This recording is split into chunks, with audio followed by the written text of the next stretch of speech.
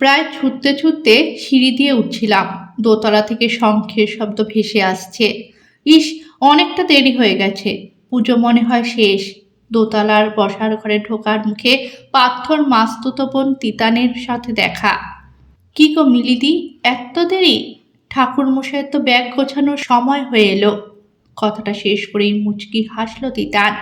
Physics honours নিয়ে পড়ছে তিতান, সবে ফার্স্ট ইয়ার। সবসময় রঙিন প্রজাপতির মতন উঠছে। এর আগেও ২-৪ বার ওর সাথে দেখা হয়েছে আমার। পার্থর মা আমাদের সম্পর্কটা মেনে নেওয়ার পর থেকে এ বাড়িতে আমার অবাধ যাতায়াত। আজ এসেছি লক্ষ্মী পুজো উপলক্ষে। আসতে অবশ্য একটু দেরি হয়ে গেছে, প্রায় ৮টা বাজে। সব মিলিয়ে ফিরতেও দেরি হবে। তবে পার্থ বলেছে বাড়ি পৌঁছে দিয়ে আসবে, এটুকু ভরসা।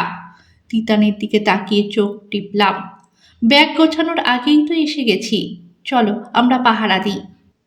উফ, অত সহজ? যাও না, তোমার শাশুমা বসে আছে ওখানে, হেব্বি খচে আছে তোমার দেরি দেখে।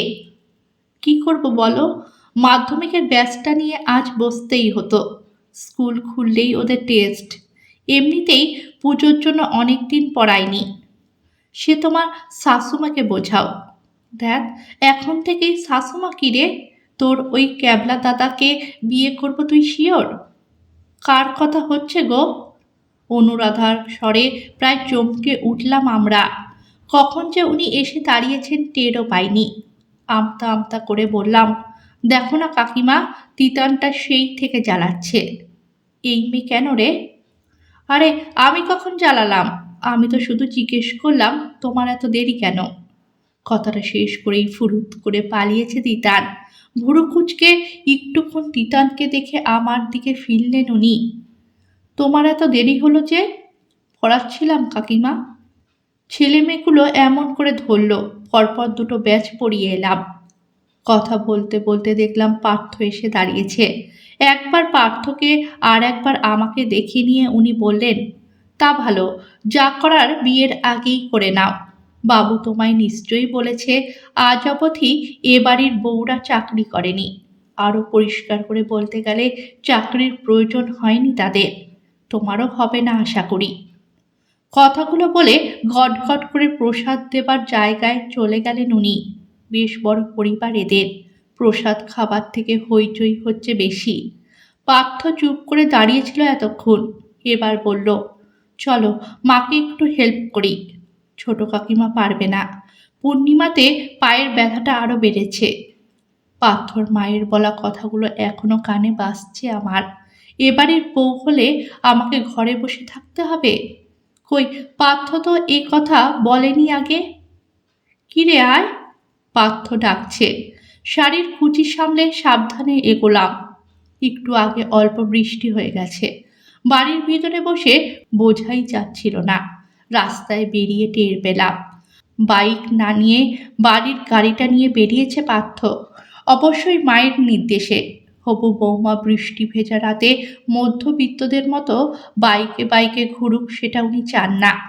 পরিবারের সম্মানের ব্যাপারে বড্ড স্পর্শকাতর উনি। গাড়ির ভিতরে চড়া এসি চলছে। শীত শীত করছিল আমার। বললাম, জানালাটা একটু খুলে দিলে হয় না? গরমটা তো অনেকটা কমে গেছে। রাত কত হয়েছে দেখেছিস? বাইপাস এখন মোটেও সেফ না। তুই তো আছিস সাথে। ফিক করে হাসল পার্থ। কি দরকার বেকার ঝামেলায় জড়িয়ে? আমিও তো মা বাবার একমাত্র সন্তান। উসখুস করছিলাম এতক্ষণ ধরে চেপে রাখা কথাটা বলার জন্য। এবার বলেই ফেললাম, তুই কিন্তু আজকাল আমায় সব কথা বলিস না। কি বলিনি? এই যে আমার চাকরি করাটা তোর মা মেনে নেবে না, বলিনি বুঝি? না বলিসনি। এত বড় কথাটা কেন বলিসনি সেটাই আশ্চর্যের। সামান্য একটা ব্যাপার নিয়ে ঝামেলা করিস না তো। এটা সামান্য ব্যাপার? তাছাড়া কি? তুই বুঝবি না। বোঝা, বোঝালে তো বুঝবো। দেখ, আমি মনে করি প্রতিটা মেয়েরই অর্থনৈতিক স্বাধীনতা থাকাটা খুব জরুরি। সেটা ডিপেন্ড করে তার কেমন বাড়িতে বিয়ে হচ্ছে তার উপর। আর আমার মাকে দেখে তোর কি মনে হয়, মা কি খুব দজ্জাল শাশুড়ি হবে? মনে মনে হাসলাম। দজ্জাল হবে কিনা তার আজই কিছুটা পেয়েছি, কিন্তু সে কথা কি পার্থকে বলা যায়? আমার চুপ করে থাকাটা চোখে পড়েছে পার্থর। রাস্তার ধারে গাড়ি থামিয়ে কাছে টেনে নিল আমায়। কানের লতিতে মুখ ঘষতে ঘষতে বলল, কি সুন্দর ওয়েদার দেখ, তোর এখনো ঝগড়া করতে ইচ্ছে করছে? ঝগড়া করিনি তো। তাহলে এমন সুন্দর মুহূর্তটা এনজয় করছিস না কেন? কি হলো বল? উত্তরের অপেক্ষা না করেই আদরে আদরে অস্থির করে দিচ্ছে পার্থ।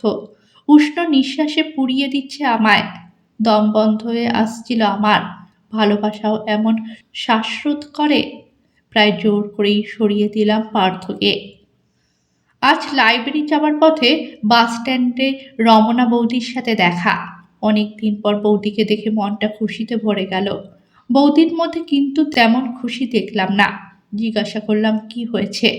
বৌদি ছলছল চোখে জানালো তার বিয়েতে পাওয়া একজোড়া কানের দুলের পুষ পাওয়া যাচ্ছে না, তাই নিয়ে বাড়িতে অশান্তি।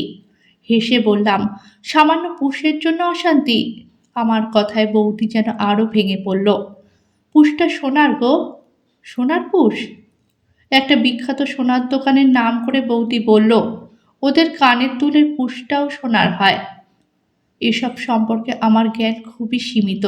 সান্ত্বনা দেবার মতো করে বৌদিকে বললাম, যা হবার হয়ে গেছে, মন খারাপ করো না, দাদাকে বুঝিয়ে বলো, নিশ্চয়ই বুঝবে। অনেক বুঝিয়েছি, শুনছেই না। আগুনে ঘি ঢালবার লোকেরও তো অভাব নেই। বুঝলাম বৌদি তার পূজনীয় শাশুড়ি মায়ের কথা বলছে। বললাম, তুমি বলো যে অনেকেই তো একটা দুলের সাথে অন্য দুলের পুষ গুলিয়ে ফেলে, তোমারও তাই হয়েছে। ভুল তো মানুষেরই হয় নাকি? সেটাই বলেছি গো। আর তাই এখন বাপের বাড়ি পাঠাচ্ছে পুষ খোঁজার জন্য, যদি আমার মায়ের দুলের সাথে মিশে গিয়ে থাকে। অবাক লাগছিল আমার। একটা পুষ খোঁজার জন্য এই দুপুর রোদে যাদবপুর থেকে দক্ষিণ বারাসাত ছুটবে মানুষটা, আর সেখানেও না পাওয়া গেলে? প্রশ্নটা করেই ফেললাম। বাস স্ট্যান্ডের লোকেদের আড়াল করে চোখটা মুছে নিল বৌদি। না পাওয়া গেলে কি হবে জানি না গো। ব্যাপারটা শুধু গয়নার দামে আটকে নেই, বিশ্বাস অবিশ্বাসের প্রশ্ন এসে গেছে। সত্যি বলছি তোমায়, নিজেকে আজ বড্ড চোর চোর মনে হচ্ছে। আচ্ছা বৌদি, ওই দোকানটায় গিয়ে একজোড়া সোনার পুষ কিনে আনলে কেমন হয়? ম্লান হাসল বৌদি। আমার সে ক্ষমতা কোথায়? সোনার যা দাম, বাবাকেও কথা বলতে পারবো না। পেনশনের টাকাতে কোনো মতে দুজনের চলে।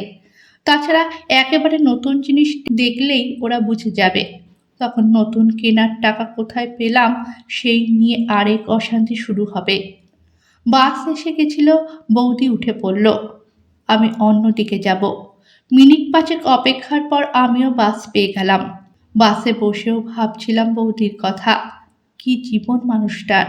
বছরখানেক আগেও যেটুকু হাসি ছিল মুখে, আজ তার ছিটে ফোঁটাও নেই। বিয়ে নামক প্রতিষ্ঠানের উপর সত্যি কোনো ভরসা নেই। এই ঝামেলা কত দূর করাবে কে জানে। আমার কাছে বৌদির ফোন নম্বরও নেই যে একবার খোঁজ নেব। আমার টেলিপ্যাথির জোর আছে বলতে হবে। পরদিন সকালেই বৌদি আমাদের বাড়িতে এলো। মাকে বলেছিলাম ঘটনাটা। বৌদি এসেই বলল, আমার সাথে একবার ওই দোকানটায় যাবে মিলি? কোন দোকানে? এই দুলটা যেখান থেকে কেনা হয়েছে, সেখানে গেলেই মাপ মতন পুষটা পেয়ে যাব। তুমি নতুন কিনবে, কিন্তু কাল যে বললে তাতে অসুবিধা আছে। সে ব্যবস্থা করেছি। গতকাল বাড়ি থেকে আসার সময় আমার একটা লকেট নিয়ে এসেছি, ওটা ভেঙেই হয়ে যাবে। কি বলবো বুঝতে পারছিলাম না। ভয়ানক রাগ হচ্ছিল সুব্রত দা আর জেঠিমার উপর। মা ইশারায় বলতে চাইছিল আমি যাতে এর মধ্যে না জড়াই। রান্নাঘরে গিয়ে মাকে বুঝিয়ে বললাম। বাবাও দেখলাম আপত্তি করলো না, উল্টে বৌদিকে বলল, তুমি লকেটটা না ভেঙে বরং আমার থেকে ক্যাশ নিয়ে যাও, পরে তোমার সুবিধা মতন ফেরত দিও। বৌদি কিছুতেই রাজি হলো না। ঝাঁ চকচকে দোকানে পা রেখে বৌদি ঈষৎ আড়ষ্ট। কি বলবে কাকে বলবে বুঝতে পারছে না। আমি হাল ধরলাম। কানের দুলের সেকশনে মিষ্টি একটা মেয়ে বসে আছে। সরাসরি তাকে বললাম, আপনাদের কানের দুলের সাথে পুষটা কি সোনার দেওয়া হয়? হ্যাঁ ম্যাম। বৌদির হাত থেকে দুল জোড়া নিয়ে মেয়েটিকে দেখিয়ে বললাম, এই দুলটা আপনাদেরই দোকান থেকে কেনা। এর পুষটা হারিয়ে গেছে, মাপ মতন সোনার পুষ কি পাওয়া যাবে? মেয়েটি দুলজোড়া হাতে নিয়ে একটুক্ষণ ঘুরিয়ে ফিরিয়ে দেখল, তারপরে কাছে দাঁড়ানো গার্ডকে ডেকে বলল, সম্বিতটাকে একবার ডেকে আনো তো। সামনে রাখা চেয়ারে আমাদের বসতে বলে মেয়েটি আবার নিজের কাজে লেগে গেল। বিয়ের মরশুম চলছে, একের পর এক কাস্টমার আসছে, কত রকমের তাদের চাহিদা, হাসিমুখে সবার পছন্দের জিনিস দেখিয়ে চলেছে এরা। বৌদির দিকে দেখলাম, ব্যাগ খুলে একবার টাকা আর লকেটটা চেক করে নিল। বাসে বসেও একবার ব্যাগে উকি দিতে দেখেছি। খারাপ লাগছিল আমার। শ্বশুরবাড়ির লোকেদের অত্যাচারে সামান্যতম আত্মবিশ্বাসটুকুও আর অবশিষ্ট নেই মানুষটার মধ্যে। গার্ডের সাথেই স্যুট টাই পরা এক ভদ্রলোক ইয়ারিং কাউন্টারের কাছে এগিয়ে আসছেন। মনে হলো ইনি সম্বিত। ভদ্রলোক এসে দাঁড়াতেই মেয়েটি অদ্ভুত একটা কথা বলল, সম্বিতদা, একবার দেখুন তো ইয়ারিংগুলো। ওনারা বলছেন আমাদের দোকান থেকে কেনা। মেয়েটি আমাদের দিকে দেখিয়ে বলল, ভদ্রলোকের অভিজ্ঞ চোখ একবার দেখেই বললেন, এটা আমাদের দোকানের না। কি বলছেন? বৌদি অস্ফুটে বলল, বাক্স তো আপনাদের দোকানেরই ছিল। হাসলেন ভদ্রলোক, বাক্স আমাদের হলেও দুল আমাদের নয়। গয়নার গায়ে দোকানের ইনিশিয়াল লেখা থাকে, এতে অন্য দোকানের নাম স্ট্যাম্প করা আছে। আমার মাথায় তখন অন্য চিন্তা ঘুরছে। বললাম, তার মানে এর সাথে যে পুষ ছিল সেটাও সোনার নয়? ভদ্রলোক দোকানের নামটা একবার একটা কাগজে লিখে আমার হাতে দিয়ে বললেন, আমি 100% শিওর, তবু আপনারা একবার এখানে গিয়ে চেক করতে পারেন। দুলজোড়া বৌদির হাতে দিয়ে কাগজটা নিয়ে উঠে আসছিলাম, ভদ্রলোক পিছু ডাকলেন, কিছু যদি মনে না করেন একটা কথা জিজ্ঞাসা করব? নিশ্চয়ই।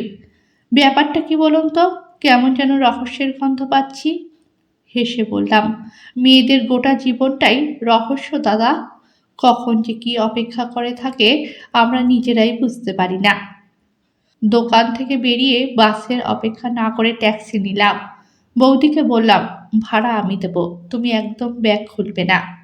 নির্দিষ্ট দোকানে পৌঁছাতেই তারা দুল দেখে বলল তাদেরই দোকানের, এবং তারা তাদের সবচেয়ে দামি দুলের সাথেও সোনার পুষ দেন না। বাড়ি ফেরার সময় বৌদিকে বললাম, অনেক হালকা লাগছে না এবার?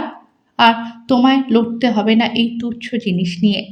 দুদিকে মাথা নাড়ল বৌদি, বলল, না গো মিলি, এবারই তো আসল লড়াই শুরু।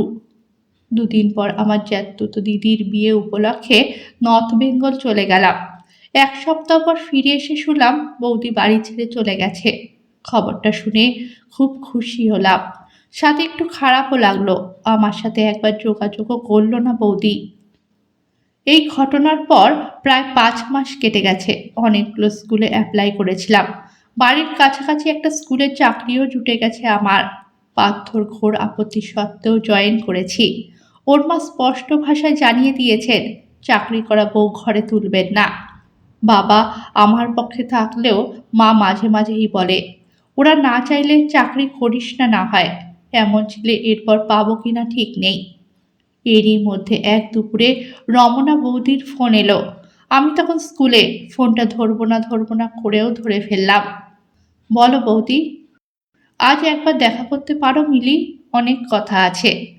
বৌদির আচরণের কথা মনে পড়তে একেবারেই যেতে ইচ্ছে করছিল না, কিন্তু কদিন ধরে আমার মনটাও ভালো নেই। পার্থ আর আমার সম্পর্কটা প্রায় তলানিতে এসে ঠেকেছে বেশ বুঝতে পারি। ফোনে কথা হলেও ওর একটাই কথা থাকে, অন্তত আমাদের সম্পর্কটার কথা ভেবে চাকরি ছেড়ে দে। অনেক চেষ্টা করেও ওকে আমার কথা বোঝাতে পারি না। আমাদের 7 বছরের সম্পর্কটা ধীরে ধীরে শেষ হয়ে যাচ্ছে। বড্ড কষ্ট হয় আমার। মনটাকে অন্যদিকে ঘোরানোর জন্যই বৌদির সাথে দেখা করতে রাজি হয়ে গেলাম। কফি হাউসে বৌদিকে দেখে প্রায় চমকে উঠলাম। কদিনেই চেহারায় কত পরিবর্তন। যখনই দেখেছি শাড়িতে দেখেছি বৌদিকে, আজ লাল কালো সাদা বাঁধনি সালোয়ার কামিজে বৌদিকে চেনাই যাচ্ছে না। অভিমানে তেমন কথা বলবো না ভেবেছিলাম, কিন্তু বৌদিকে দেখে না বলে পারলাম না। কি সুন্দর লাগছে তোমায় বৌদি, একদম অন্যরকম। মিষ্টি করে হাসলো বৌদি। এই, এবার থেকে আর বৌদি নয়, রমনাদি বলবে। বেশ তাই হবে। কিন্তু রমনাদি, তুমি এভাবে হঠাৎ উধাও হয়ে গেলে কেন? আমার উপর রাগ করো না মিলি। নিজেকে গুছিয়ে নেবার জন্য এই সময়টুকুর বড্ড প্রয়োজন ছিল। সেদিন কি হলো জানতেও পারিনি। খুব চিন্তা হচ্ছিল তোমার জন্য। ওদের জানিয়েছিলে সব? হুম, জানিয়েছিলাম। সুব্রত মানলেও ওর মা কোনো মতেই মানতে চাইলেন না। কারণ এতে ওর ভাইয়ের মান সম্মান জড়িয়ে। সুব্রত সেদিনই খোঁজ নিল সেই দোকানে। আমি ততক্ষণে যা সিদ্ধান্ত নেওয়ার নিয়ে ফেলেছি। সামান্য একটা ঘটনায় আমার উপর শারীরিক এবং মানসিক যে ধকল গেছে তা মেনে নিতে পারছিলাম না। এরকম হেনস্থা কোনোদিন হয়নি, বিশ্বাস করো। মনে হচ্ছিল আজ যদি সব মানিয়ে নিয়ে এখানে থেকে যাই, এরপর আরো বড় কিছু ঘটাবে এরা। তাও অপেক্ষা করেছিলাম দুদিন, যদি ওরা ভুল বোঝে। দেখলাম ভুল তো বুঝলই না, বরং উল্টে চাপ দিতে শুরু করলো। কেন আমি গোয়েন্দাগিরি করেছি, সুব্রতর মামাকে ছোট করাই নাকি আমার উদ্দেশ্য ছিল। বুঝলাম এরা ভাঙবে, তবু মচকাবে না। ব্যাগ গোছানোই ছিল। বেরিয়ে এলাম ওখান থেকে। ওরা আটকাতে চায়নি তোমায়? সুব্রতদা বলেনি থাকতে? বলেছে তো, অনেকবার বলেছে। বিনা মাইনের ঝিকে কি ছেড়ে দিতে চায় কেউ? রমনাদির হাতের উপর হাত রাখলাম। এভাবে বলো না, আমরা সব সময় তোমার পাশে আছি। জানি তো, সেজন্যই তো আরো জোর পেলাম। কোনো উকিলের সাথে কথা হয়েছে? কেস চলছে তো, মিটে যাবে তাড়াতাড়ি। আমার তো কোনো দাবি নেই ওদের কাছ থেকে। ওদের এক পয়সা ছোঁয়ার থেকে মরে যাওয়া ভালো। না চাইতেও জিজ্ঞাসা করে ফেললাম। এখন কি করবে ঠিক করেছো কিছু? সে অনেক কিছু। মা, আমি আর কাজের দিদি মিলে হোম ডেলিভারির ব্যবসা শুরু করেছি। অফিস পাড়ায় দুপুরের খাবার পৌঁছে দিই। বেশ কিছু টাকা জমলে একটা কম্পিউটার কোর্স করব। তারপর ঠিক একটা চাকরি খুঁজে নেব দেখো। ওদের মতে চলতে গিয়ে ভালো থাকা যে কি তা ভুলেই গেছিলাম জানো। কিন্তু এখন আমি ভালো আছি, খুব ভালো আছি। রমনাদির দিকে দেখছিলাম। সেদিনে সেই ভীতু কুঁকড়ে থাকা লাজুক মেয়েটার মধ্যে আত্মবিশ্বাসের ছাপ স্পষ্ট। নিষ্প্রভ চোখ দুটো আজ যেন বড় উজ্জ্বল। রমনাদিকে বিদায় জানিয়ে ফিরছিলাম। ব্যাগের মধ্যে টুংটাং শব্দ। ফোন হাতে নিতেই দেখলাম পার্থ। আজ আর কঠিন সিদ্ধান্তটা নিতে অসুবিধা হলো না আমার। ফোনটা কেটে দিয়ে নম্বরটা ব্লক করে দিলাম। পার্থ আমায় কোনো দিনও বুঝবে না। এভাবে একসাথে থেকে তিক্ততা বাড়ানোর চেয়ে দূরে সরে যাওয়াই ভালো। ভালোবাসার জন্য ভালো থাকার অধিকারটুকু আমি হারাতে চাই না। গল্পটা যদি ভালো লেগে থাকে, চ্যানেলটাকে সাবস্ক্রাইব করে পাশে থাকবেন।